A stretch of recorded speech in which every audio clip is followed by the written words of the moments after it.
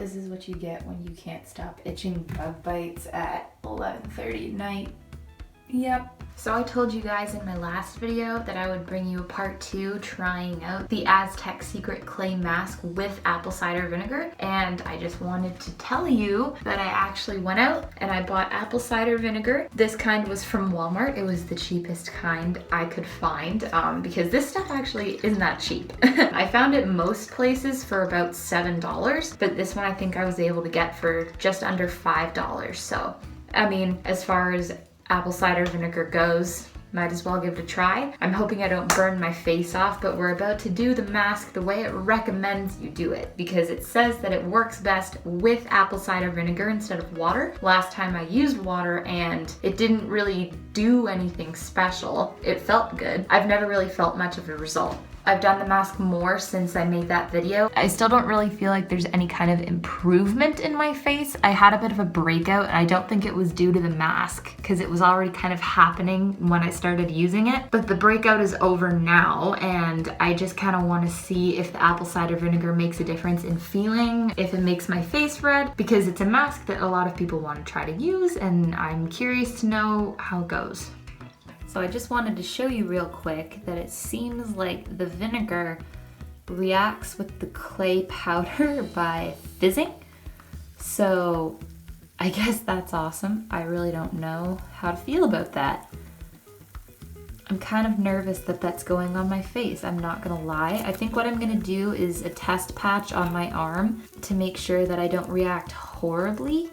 And then we'll put it on my face. Okay, so I have a test patch on my arm right now. I just put it on, and I can say with certainty that the texture of the mask really changes when you use apple cider vinegar instead of water. When I used water, it was a really chunky consistency and it wasn't able to mix completely. The apple cider vinegar makes a really smooth, bubbly texture, almost like mousse, like a chocolate mousse consistency. You can see the air bubbles there too.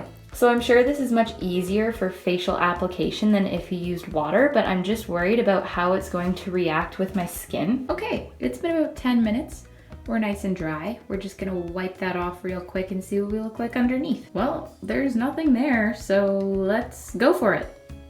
Honestly, what a difference going on. It was so much smoother, like simple. There was no clumps at all. It even feels much more luxurious going on with the apple cider vinegar. So it really makes sense to use it. I would never want to use water again. I think this is definitely the way it's meant to be used. So far, no stinging at all. I have a timer going and I'm gonna try to leave it on for 10 minutes, but if I start to feel burning at 5, I'm gonna take it off. I can barely talk.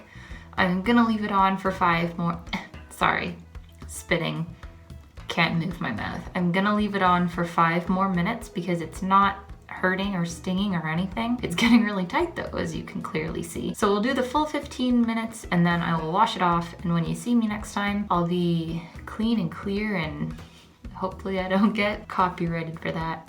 Ta-da! So it's off now. As you can see, I am actually a little bit red from it, although it didn't feel like anything when it was on my face. So there we are. I'm sure it'll calm down eventually and I'll show you guys what it looks like when it does, but this is the redness from after the mask. Not too terrible. I mean, it's kind of hard to decide if like having a red face after you do a mask is a good thing anyway, but I don't know. I'll time it and see how long it takes for my face to calm down. I'm gonna moisturize now and then I'll show you what it looks like in a bit and how long it took to get to where it is. No pain at all. And you know, I'm a little red, but we'll see how it goes.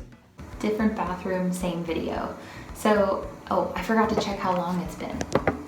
It's been 36 minutes since I took off the mask, and the last time you saw me, my face was pretty red, but it's calmed down. I think it's pretty much back to normal now. Right when I stopped recording the last bit there, my mom came in from exercising and she looked at my face and she was like, oh yeah, you're pretty red there. Very distinct line right here where you could see where the mask was and where it hadn't been. It was like red versus white, but now it's all gone. I'm pretty sure there's no more line. So I don't really know what this means for me. If that means that maybe next time I'll put the mask on for 10 minutes instead of 15, or if I'm gonna do it maybe every other week instead of every week from now on, because I definitely wouldn't go back to using water. The little bit of redness is worth the apple cider vinegar. It made the mask the consistency that I think it's supposed to be. If you're going to go ahead and use this mask, do it for 5 minutes with the apple cider vinegar the first time you try it, and take it off after 5 minutes regardless of whether or not you feel anything at all. And then if you don't have much redness, then the next week do 10 minutes. And if you still don't see anything, keep increasing your time. I think the maximum it recommends is 20 minutes. So don't go all in the first week. Just do it little bits at a time and see what you can take. So I hope this was helpful. I don't know about you, but I just really wanted to find a good value clay mask where I didn't have like a tube this big and I could use it for a long time. I hope this helps someone out there who's considering getting this mask. Good luck to you.